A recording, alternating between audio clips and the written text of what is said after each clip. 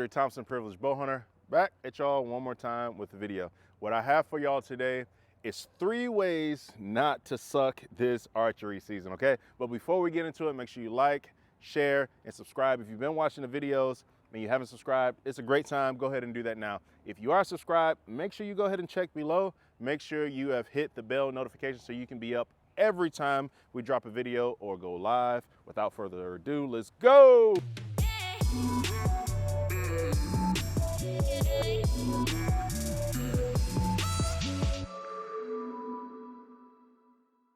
All right, folks, we're gonna be talking about multiple downfalls of waiting to the last second to get ready for your hunt, for your season, or whatever it is. So here's number 1, right? And I'm kind of guilty of this as well, right? We had the archery tournament end of April, and I've been traveling and doing a lot of jiu-jitsu. Recently, last weekend, did a jiu-jitsu tournament. All those things have been happening, right? So I haven't shot my bow. So I'm gonna just kind of talk you through some of the things that I'm feeling. Normally, this V3X feels like an extension of my left arm. And there's like actually next to no effort. I don't necessarily have to think too much. I just go through my process, you know, hand level, hand bubble, pick a spot to make them drop, you know, going through that in my head. I don't, you know, my feet placement just naturally goes where it's supposed to, all those things. But here's what happens, right? So now I come to full draw. I haven't been working these specific muscles. Yes, I've been lifting. Yes, I've been working out, but immediately my hip was like pointed up the hill. It's like not perfectly under me like I know it should. So that's one thing. So I'm gonna take this shot. So with that hip, all of these little small things, yes, I noticed my hip out of alignment. I was able to bring my hip back under alignment. I noticed that my front shoulder went up. I was able to bring that down, lock in that lat, and then kind of pull. But what happens is all of that added seconds on to my shot execution. So instead of being able to come up here and in my normal time frame, probably 9 to 11 seconds from draw to execution of a shot, or whatever my time frame is, I've added seconds on because I'm draw and oh no, my hip. Oh no, my front shoulder. Oh no, where's my alignment here? That's what you guys are doing, right? Imagine now it is September, you got a week to shoot. So now you got to not only broadhead tune, you got your paper tune, broadhead tune. Your bow may not be sighted in. All these things you got to do. Plus your bow doesn't feel like an extension of yourself. You're setting yourself up to be disappointed. All right, folks, your next thing, your cardio, right? Your physical fitness. Take yourself back, right, to the previous season when you were making that hike to your stand, right? Or you're spotting and stalking and you're getting exhausted and tired. And you told yourself, you promised yourself that next season, I am going to be in shape. Well, if you're sitting on the couch right now, right, watching YouTube, eating potato chips, and you haven't been preparing your body, you're gonna repeat this cycle and you're gonna be upset with yourself again. And you're gonna make yourself more empty promises. Make sure you're physically fit for this next season. Whether you are a saddle hunter and your whole setup weighs 10 pounds or less, get in the best physical fitness, the best shape that you can get in that is possible for you. It's not only gonna help you hunt better, but it's also gonna help you have more of a clarity of mind.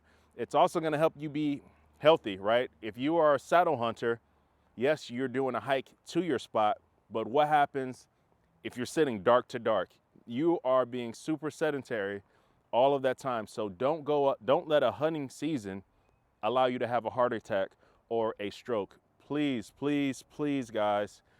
Our hunting community, I love each and every one of y'all. You're very important, but it is a trap, right? You feel like because you're eating organic meat, right? You feel like because you make a hike in the woods and out of the woods that you're actually being super physically fit. But in all reality, you're just like the person who sits that desk job that climbs the tree and then you sit there all day long, right? So get in shape, work on your flexibility, all of those things, right? It's only gonna make you a better hunter, make you a more as my buddies over at Apex Predator would say, it would only make you an apex predator, right? So do all of those things, everything that you promised yourself when you were sweating and all of your hunting clothes were soaked with sweat before you got to the tree or to the stand or wherever, and you promised yourself you were gonna lose 20 pounds, 30 pounds, 40 pounds, lose it. It's not too late. Maybe you can't lose the whole 40 pounds, knock off 10 pounds before the season starts. All right, and this brings me to my third point. Saddle hunters, you've heard of saddle shape. If you're new to saddle hunting, there's a thing called being in saddle shape, okay? Those first couple sits, maybe that first week of sits, if you get to hunt continuously for a week, you kind of feel some discomfort in your hips, maybe, possibly. Your saddle may ride on you a little weird. Whatever it is, you need to work that out now. Get in saddle shape. At least you should be sitting good stints, I would say at least 30-minute stints a month out. What you don't want to do is get into that time frame, once again, where the animals haven't been harassed, haven't been pressured, and it's your best opportunity to connect on that animal that you've been scoping out, but you've been fidgeting too much in your tree saddle. If you're not in saddle shape and you're starting off your season, I promise you, you're gonna stand up, then you're gonna sit down. You're gonna adjust your saddle because it's riding down a little bit. You're gonna move, and you're gonna do all of these fidgeting things, and you don't think that animal saw you. But these animals catch movement like none other. That is what they are good at. They are used to avoiding predators, animals that are way more stealthy than us in the woods. So all that movement, any of that extra movement that you might fall into the saddle trap of, get into saddle shape now so you can get there, get locked in. You know where your tether height should be. You know, if you're rocking with me, I'm rocking the tethered Phantom. I know where I like my comfort channels. I know what my tether height should be. I know how long I want my bridge. All of that stuff, I'm not trying to figure out why I'm hunting. Part of that is because I am a privileged bow hunter who gets to live in Hawaii, and I get to hunt 365 days a year. Everybody's not like that. So if you don't have the opportunity that I have for all the trial and error, a month out, you should be in a tree in your yard. Figure it out, right? If you're somewhere where there's not a lot of trees, drive to a park, and in the evenings or in the mornings before work, whatever, sit down in that saddle and figure out what adjustments you need to make.